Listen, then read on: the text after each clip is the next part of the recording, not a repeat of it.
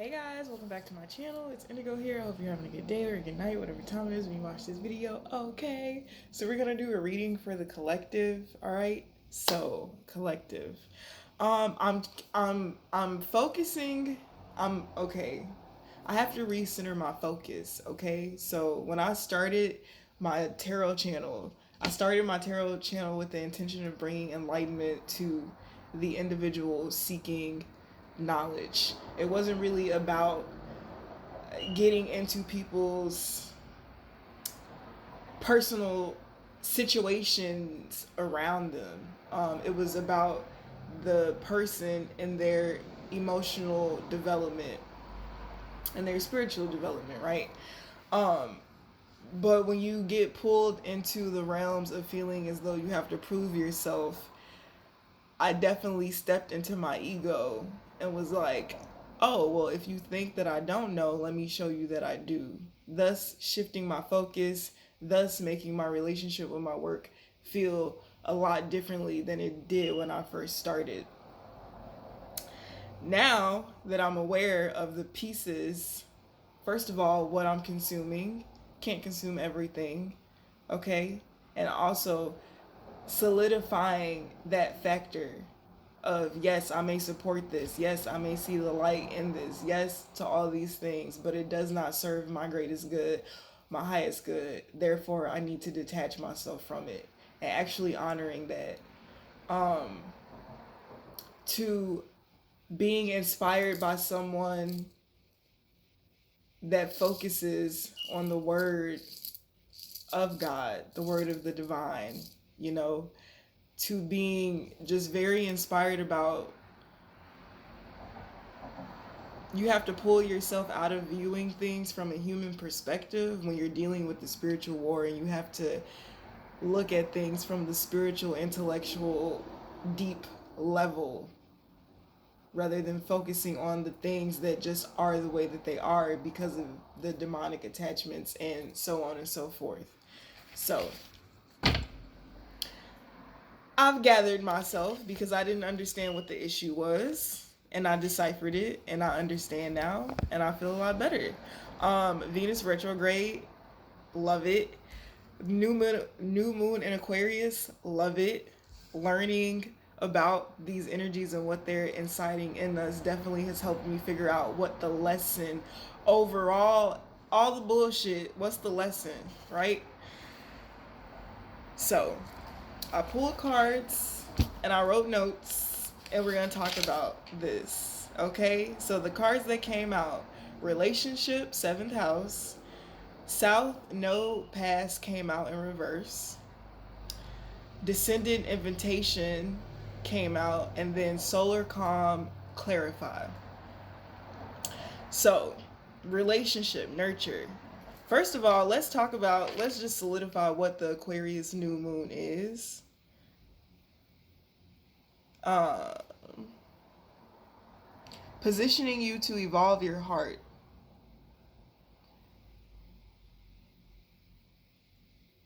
Should I read that part? No, that's for myself. Okay. And the Venus retrograde was focusing on relationships, your relationship with relationships, materialism, and so on and so forth, right? Which also can I feel like it's triggering a lot inside of us, especially for those who are in transitional periods, right? It's really making you look at yourself as a whole, like as a whole, not a half. But anyways, relationship, nurture, don't test. Testing is out of ego and may be associated from past cycles. 3 are involved in one relationship, you, them, and the divine. Don't give your power away or take over someone else's. Any relationship that is unbalanced becomes unattainable. Feed your partner with fair and honorable arrangements. Okay? Fascination is strongly attracted and interested. So when I look at the South Node and how it came out in reverse, so South Node is representing past life and what you bring from it, still holding on attention to karmic cycles. Make clear on what from the past is triggering your current reaction to this situation. PTSD, flashbacks, and addictive behaviors can be triggering this relationship, or that is what is triggering this relationship. Okay, heal triggers by taking a new approach. So, reading those two together. So, I feel like this is really just, especially if you're on like a twin flame journey, the twin flame is always going to trigger you and remind you of things that are inside of you that you have not healed. Maybe even remind you of relationships that are from the past, right? And when you were in those environments with those people in those relationships, these were situations where you may have always put your best foot forward, right? You may have forfeited your power and gave it to the other person out of hopes of maintaining equilibrium within the relationship, right? So much so that you lost parts of yourself. Then internally, that made parts of yourself into something that it was not. Maybe you adopted toxic traits from the other person, or maybe just in your action and what you were doing, thinking that you were doing the right thing, you were creating the toxicity within yourself, because you shouldn't have to give up yourself in order to be fully present and show up as you are in a relationship. Okay? This is also giving me the energy of like, if you have always been the person to be very soft and very sweet, right? And you went through a relationship where you gave that softness and that sweetness to somebody who abused it, okay?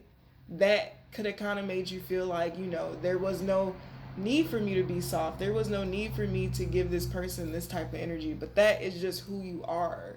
You can't lose sight of who you are based on how someone decides to react to your actions or lack thereof. Um, Going about things in your own pace. So I feel like from the past, this whole retrograde and this whole moon cycle is really bringing up the things that we still are holding on that are contributing to us not making further progress in certain aspects of our lives when it comes to relationships. Now, this doesn't have to be just romantic, okay? It's any type of relationship, whether it be romantic, with friends, family, okay? If you were a person who finds yourself saying that you don't like people, right? Yet you are a speaker, you speak to the people, you speak to the public. This is really just you harboring disdain from situations and things that have happened in your past as a form of a shield to protect you from pulling in certain energies. This is why a lot of us are spending time alone, because there are things within us that we want to heal.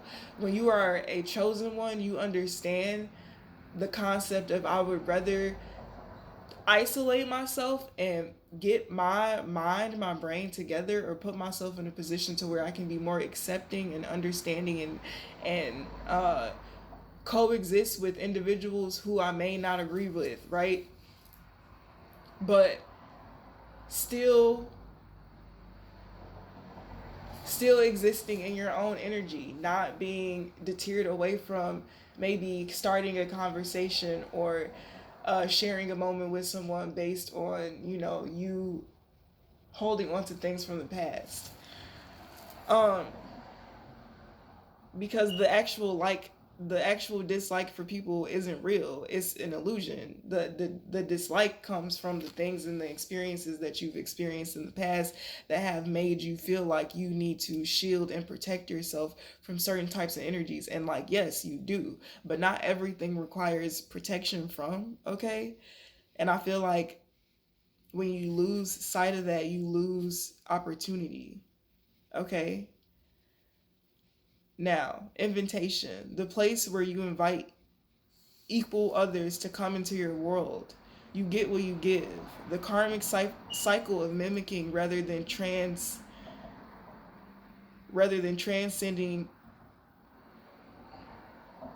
What did I write? Mimicking rather than.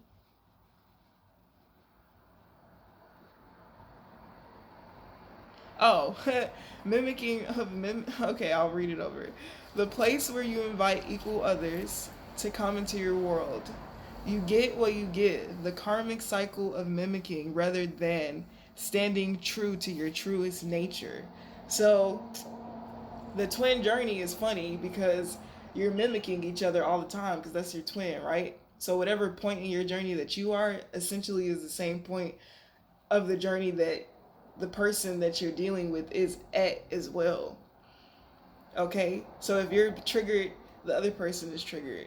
If you are dealing with flashbacks or moments of PTSD, it's likely that your response to your flashbacks, to your PTSD, will trigger the person that is mirroring you, thus mirroring back the same energy. It's not even about the person. They're not acting the way that they're acting out of ego, out of pride, out of any of these things. It's actually coming from a genuinely hurt place, okay?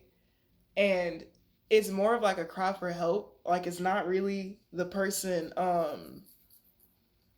being upset or mad at you. It's being upset and mad. It's not even being upset and mad. It's just being triggered. Something in the situation is triggering you, making you think about things from the past. Is bringing up those old emotions, okay? And there's a lack of nurturing within the relationship as it is because you're mirroring each other. You have to be mindful of the mirror, okay? And somebody always has to be evolved enough or in a grander position to look at their relationship as a whole, understand that there is a spiritual battle that's going on, okay? We all individually fight demons, okay? Whatever these demons may be, we're all fighting them, right? We have to remain aware of that and not hold the person who is just experiencing these things as being a bad person or being a bad individual, because that's not what it is. It's just that this relationship is very unique and it's triggering one another. So you have to remain aware of the bigger picture. You can't get lost in the illusion, okay? And the nurturing quality of Venus is why it's been brought to our attention. Keeping people at a distance or avoiding meeting new ones. Tend to the intent of your heart. Invite in relationships that are clever, healing, nurturing, and self-responsible. And then solar calm. Work for steady progress. Play the long game. Use creativity to inspire you in this moment.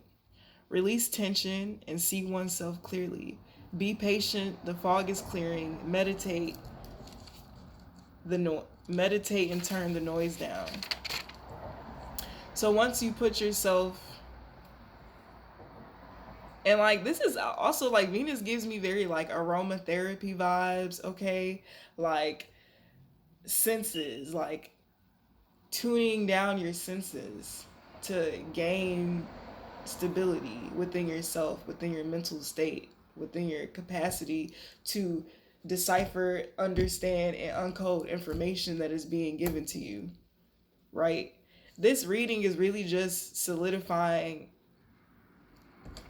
two people who have been hurt that are twin flames are going to mirror each other.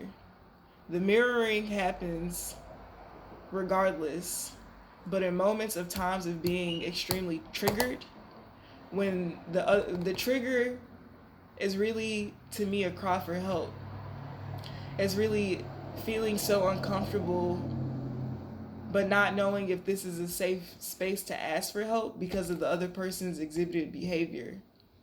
To understanding that the other person is exhibiting that type of behavior because they are also triggered as well.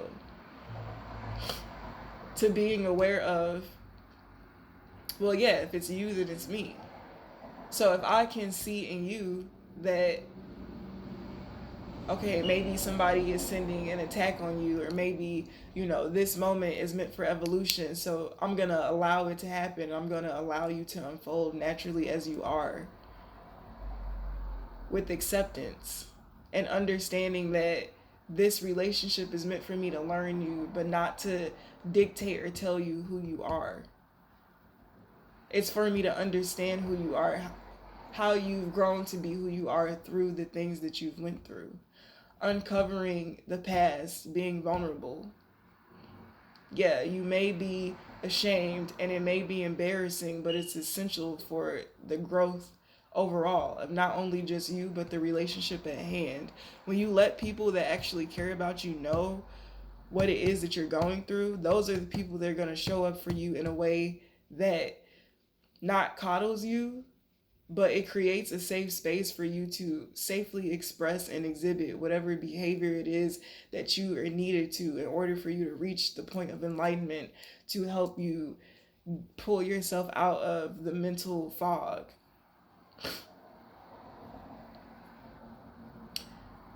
I myself am naturally a nurturer. I went into a relationship with someone, baby, like I'm a natural nurturer, like straight up, I really am, and I really nurtured this person as if they were my newborn baby, okay?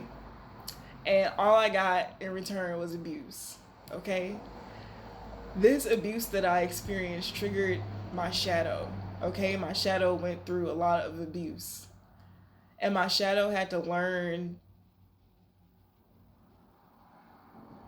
how to control itself, especially in moments where it's very intense, okay?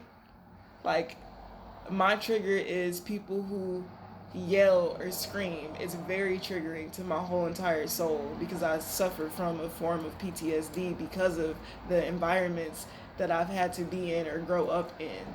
Okay? So that's a trigger for me. And I expressed to my partner, like, you doing that is triggering for me, which just automatically makes me shut down. Like, and I'm expressing this to you with the intention of you being aware of this so that maybe not that I have any control over your behavior at all, but maybe you'll find it easier to be mindful of that and conduct yourself in a way that helps me feel more comfortable in the time. But this person didn't care about that. Um, why did this person not care about that? Because they were so selfish and self-centered. They were so hurt and focused on their pain that when it came to them having to take responsibility for anything that they may have done that may have made me feel a certain type of way, there was no taking responsibility because it was always my fault. Okay? To me, realizing you're a hurt person too. I can't expect for you to honor what it is that I'm asking of you because you have not even initiated yourself into the healing process. Therefore, I can communicate and be vulnerable with you all day. You're just not meant to understand it. Okay? Now, me, present day, how many months away from this relationship am I? 9 or 10? Okay? A lot of healing has gone on. A lot of healing has gone on. I have been overviewing my twin flame situation, not with the intention of being sneaky or malicious, but understanding that everything is a learning lesson. And before I step foot into my union, I want to be aware. I want to have the list, the analytical list, where I can know, oh, this behavior means this behavior means that. When this happens, I need to implement more of this rather than this. I am an analyzer from the perspective of getting it right the first time because I'm so much very aware of how my shadow will come into a situation because it has unhealed trauma. I'm so very focused on my healing right now at this point in time because I don't want the unhealed parts of me to affect my relationships. And I have so much of a greater mind than to let any lower vibrational energy to affect my actions, my words, anything. I'm very much so aware of that.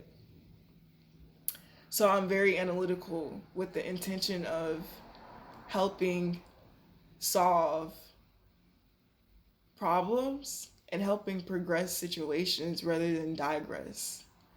Two wrongs don't make a right, right? I've been judged so much that I had to learn how to not give a fuck about other people's opinions. If I didn't learn that lesson just now, I wouldn't be even trying to figure out what the overall lesson of the situation is. Because I would be so hurt by somebody's opinion of me that I would be like, well, fuck you, because you're making opinions on me, so fuck you. Like, that's my shadow, right? But my higher self is like, no, there's a bigger picture here. You just need to break it down and not let your ego get in the way of you figuring out what it is that you're actually meant to learn from this situation. So, to also transitioning to being in a relationship and becoming a mother for the first time, to being a single mother and not having adequate support. Okay? To living in Chicago. Like, in Chicago, like, you can't just walk, like, how I'm on, like, yay! Like, no, my shadow gotta be present when I walk out them doors, because, baby, this is not, it's not for the weak out here. Which is why I have to change the environment I'm in. I understand that. I'm working on it, yes. But this whole situation is just literally teaching you. This relationship, this twin flame journey, if you remain focused on the lessons, if you look at every argument or every disagreement as a lesson, as a chance to show up for your partner in a validating way, and for you to also show up for yourself in a validating way. Being in a relationship where you can be vulnerable and share your thoughts and share your weaknesses, and they not be taken as you're sharing this with the appropriate person, because this is the person who's not going to judge you or use anything against you. And even in the state of them doing those things, the person who remains consciously aware of the spiritual battle and the twin flame journey will understand, my ego wants to respond like this, but I'm not going to allow it to, because I'm aware of the overall lesson within this whole entire situation. So I'm going to instead figure out how to contribute rather than to take from this situation. Okay? So that's really the energy that we're in right now when it comes to our relationships and starting new relationships and stepping into new environments and doing new things and being around new people.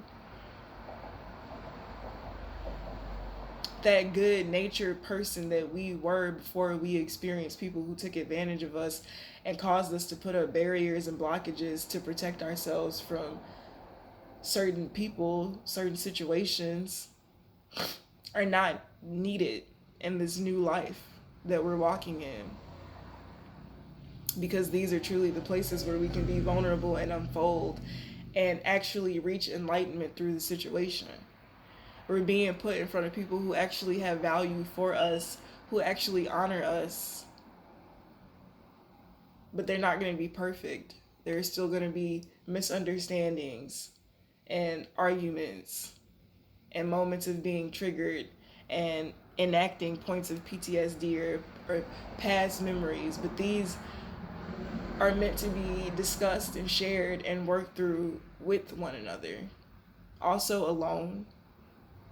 Doing more of the things that you love to bring out your passion. Putting your passionate nature into something and making something beautiful. Somebody's making a song, okay? Somebody's writing a poem or something as a form of expression,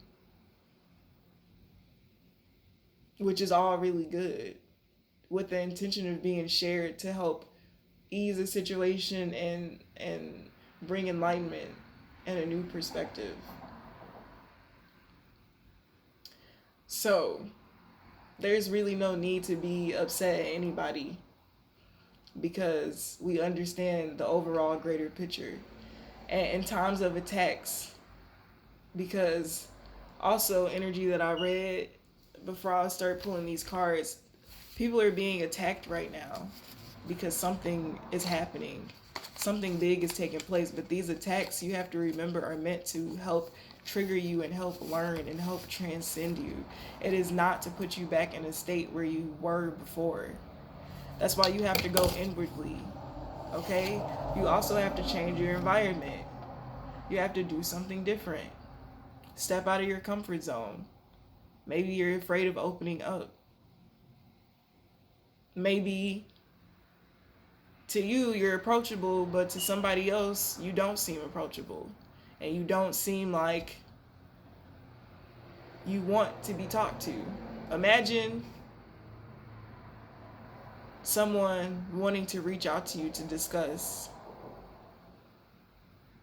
anything under the sun, and then them hearing you say that you don't like people. For somebody who's very damaged, hearing that is going to trigger them. It's not going to, well, it depends on where we are in our journey, right? But hearing that is going to make the person feel a little bit self-conscious about trying to talk to you because of the state that you're in. And it doesn't mean that you're going to be in the same state with them, but what you put out into the universe is what you're going to get. So we also have to be very mindful of that. Like, mindfulness right now is very important because there is a huge spiritual war. I woke up from a dream and had a monitoring spirit literally watching me sleep, and I literally caught his ass right in the act. And this monitoring spirit is going between me and my twin flame, trying to enact us to be at odds with each other, to go against one another, rather than the point of it really is why we are, what was the word? What was the word?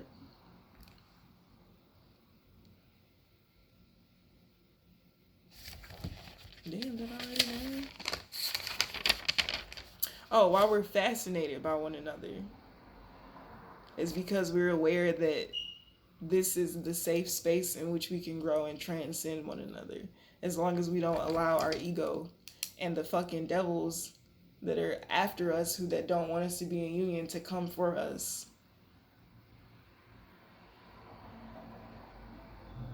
Like, you can't allow anything to alter your higher self's perspective of the whole situation.